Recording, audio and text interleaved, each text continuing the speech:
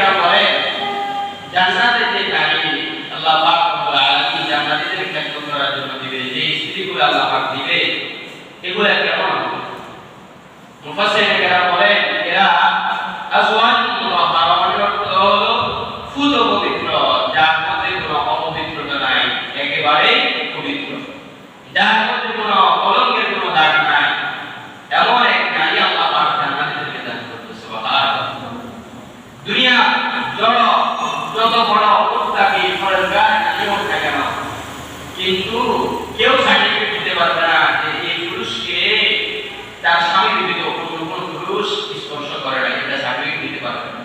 হতে পারে কোনো না কোনো সময় অন্য কোনো পুরুষের স্পর্শ লেগে গিয়েছে, কিন্তু জান্নাতে আল্লাহ পাক জান্নাতীদেরকে যে নারী দান করবে, খেদমতের জন্য যে হুরুল মাল দান করবে, এই নারী জান্নাতীরা ব্যতীত আর কোনো পুরুষ স্পর্শ করে না। সুবহানাল্লাহ। সর্বপ্রথম ওই জান্নাতী স্পর্শ করবে, তার ছোঁয়া ওই নারীর গায়ে লাগবে, এর আগমন পুরুষের হাত ওই নারীর লাগবে, এমন পবিত্র নারী আল্লাহ। আর কেমন হবে? মুফাসসিরিন কেরাম বলেন, তাফসীরে লিখে এই নারীগুলো এমন হবে আজওয়াজ মুতাহহারা, মানে পবিত্র বলতে এই নারীর মধ্যে কোনো অপবিত্রতা নাই, এই নারীর মধ্যে কোনো কলঙ্ক নাই, এমন এক নারী আল্লাহ পাক জান্নাতীদেরকে দান করবেন। মুসলমান ইমানদার ভাইরা আমার, দুনিয়ার যত বড় শুদ্ধ পবিত্র নারী বলি না কেন, এদের মধ্যে সন্দেহ থাকতে পারে, কিন্তু আখিরাতের এই নারীগুলোর মধ্যে কোনো সন্দেহ নাই, একেবারে পবিত্র। এটা আল্লাহ পাকের ঘোষণা, নয়। সুবহানাল্লাহ। শুধু তাই নয়, নারীগুলো কেমন হবে? তাফসীরে লিখেন ফুত পবিত্র বলতে শুধু কলঙ্কের মধ্যে থাকবে তা নয়, এদের কোনো কলঙ্কে দাগ নাই, সেটা নয়। শুধু দুনিয়ার নারীর কিছু স্বভাব থাকে, এদের ভিতরে তাও থাকে। দুনিয়ার নারীর মাসিক একটা ঋতুস্রাব হয়, একটা অসুস্থতা হয়, মাসিক হয়, কিন্তু আখিরাতের নারীগুলোর কোনো মাসিক হবে না। দুনিয়ার নারী পেশাব পায়খানা টাকাটা আছে, আখিরাতের নারীর কোনো পেশাব পায়খানা টাকাটা নাই। দুনিয়ার নারীর মধ্যে গন্ধ আছে, কিন্তু আখিরাতে আল্লাহ পাক যে নারীগুলো দান করবে, এই নারীগুলো যদি ঘামাই হয়, গামটাও আল্লাহ পাক সুগন্ধি দ্বারা পছন্দ করে দিবে। সুবহানাল্লাহ। তাদের ঘামগুলোও সুগন্ধি হবে। আমাদের দুনিয়ার যত স্পেশাল নারী হোক না কেন, যত সুন্দরী রমণী নারী হোক না কেন, ঘামের ভিতরে একটা গন্ধ রয়েছে, কিন্তু আখিরাতের নারীরা যদি ঘামে, তাদের ঘামের ভিতরে কোনো গন্ধ, বরং সব ঘামগুলো আল্লাহ পাক সুগন্ধি হিসেবে বের করে দেবে। সুবহানাল্লাহ। এত পবিত্র নারী আল্লাহ পাক জান্নাতীদেরকে দান করবে। তাহলে এই আয়াতের ব্যাখ্যা দ্বারা, আয়াতের তাফসীর দ্বারা বোঝা গেল, দুনিয়ার নারীর পিছনে না দৌড়ে যুবকরা যদি আখিরাতের চিন্তা করে, ঠিকমতো নামাজ পড়ে, ঠিকমতো আল্লাহর হুকুম তরিকা চলে, আখিরাতে আল্লাহ পাক দুনিয়ার এই নারী থেকে হাজার হাজার গুণ সুন্দরী, হাজার হাজার গুণ পবিত্র নারী তার জন্য রয়েছে। সুবহানাল্লাহ।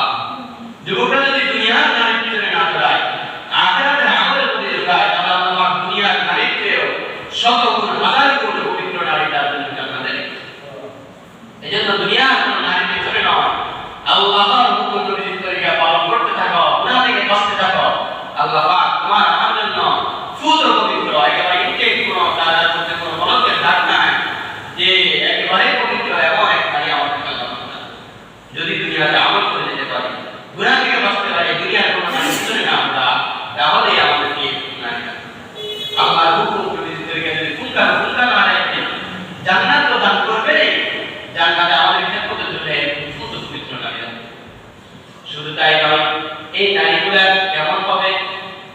দুনিয়ার নারী যত বড় সুন্দরী হোক, আমরা যদি দুনিয়াতে একটু ফর্সা একটা নারী দেখি, মনে করি এটা চেয়ার সুন্দর পাই না, ঠিক না? রংটা যদি একটু ফর্সা হয়, না মেয়ের আপনার কিছু দরকার নাই, এটা আমাদের যথেষ্ট, রং দেখেই পাগল হয়ে গেছে, ঠিক না? দুনিয়ার যত বড় সুন্দরী হোক না কেন, আখিরাতের নারীর সাথে কোনো তুলনা হয়? আখিরাতের নারী এমন হবে, আল্লাহ পাক নারীদেরকে দান করবে। দুনিয়ার নারী যত বড় সুন্দরী হোক, দুনিয়ার নারী মানুষের ভিতরে যে রূপ রয়েছে, এই রূপগুলো তো চলাচল দেখা যায় না। আখিরাতে আল্লাহ পাক নারীদেরকে যে নারী দান করবে, এই নারীগুলোর রূপের ভিতরে যে রক্ত চলাচল করবে, রক্ত চলাচল দেখা যাবে। সুবহানাল্লাহ। কত বড় সুন্দর হতে পারে, কত সুন্দর হলে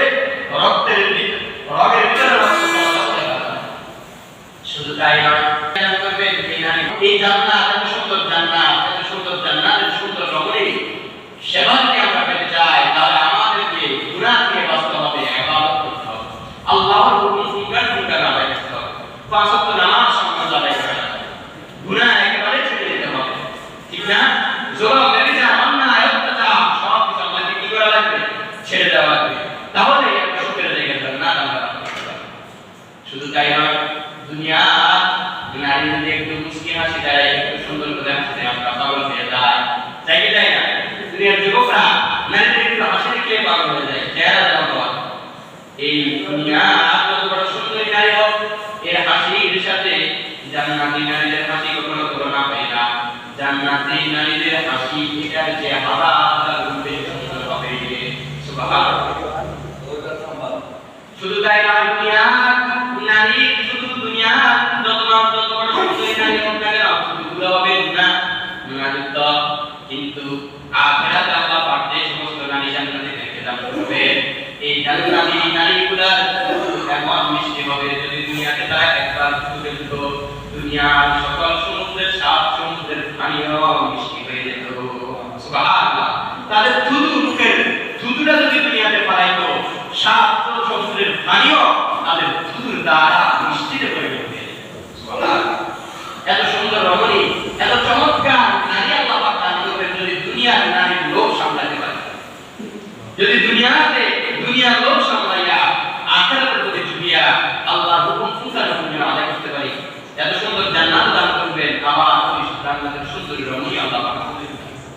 তাহলে আমরা সকলে জান্নাত পেতে চাই কি চাই না? বলেন না, জান্নাত পেতে চাই কি চাই না? জান্নাত পেতে চাইলে জান্নাত পেতে হলে আল্লাহ তাআলা হুকুম ফুঁকানো পুণ্য আদায় করতে হবে আমাদেরকে। আল্লাহ পাকের যে সমস্ত কাজ করার জন্য আদেশ দিয়েছে, ওই সমস্ত কাজ করতে হবে। যে সমস্ত কাজ থেকে বিরত থাকার জন্য বলেছে, ওই সমস্ত কাজ থেকে আমাদেরকে বিরত থাকতে হবে। আল্লাহ পাক আমাদেরকে দুনিয়ার লোভ লালসা থামাইয়া, দুনিয়ার লোভ লালসা ত্যাগ করে গুনাহ মুক্ত জিন্দেগি গড়াইয়া আখিরাতের ওই সুখের জায়গা জান্নাতে যাওয়ার তৌফিক দান করুন সকলকে, আমিন। সম্মানিত উপস্থিতি, এই ছিল জান্নাতের সংক্ষিপ্ত আলোচনা। আর এই জান্নাতে আমরা কতদিন থাকবো, যারা আমরা জান্নাতে যাব তারা কতদিন থাকবো?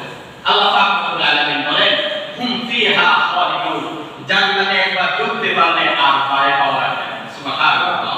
হুম ফিহা খালিদুন, তারা এখানে সব সময়ের জন্য, সর্বদার জন্য প্রবেশ করবে, সব সময় জান্নাতে থাকবে। সুবহানাল্লাহ। তাহলে জান্নাতে একবার ঢুকলে আর বাইরে হওয়ার সুযোগ নেই। একবার ঢুকলে আর কোনো মৃত্যু নাই, জান্নাতে কোনো মৃত্যু নাই। মৃত্যু ওই জান্নাতে ঢোকার সাথে সাথে এই মৃত্যু নামক যুদ্ধ আল্লাহ পাক শেষ করে দিবেন। জান্নাতে ঢোকার পর আর কোনো মৃত্যু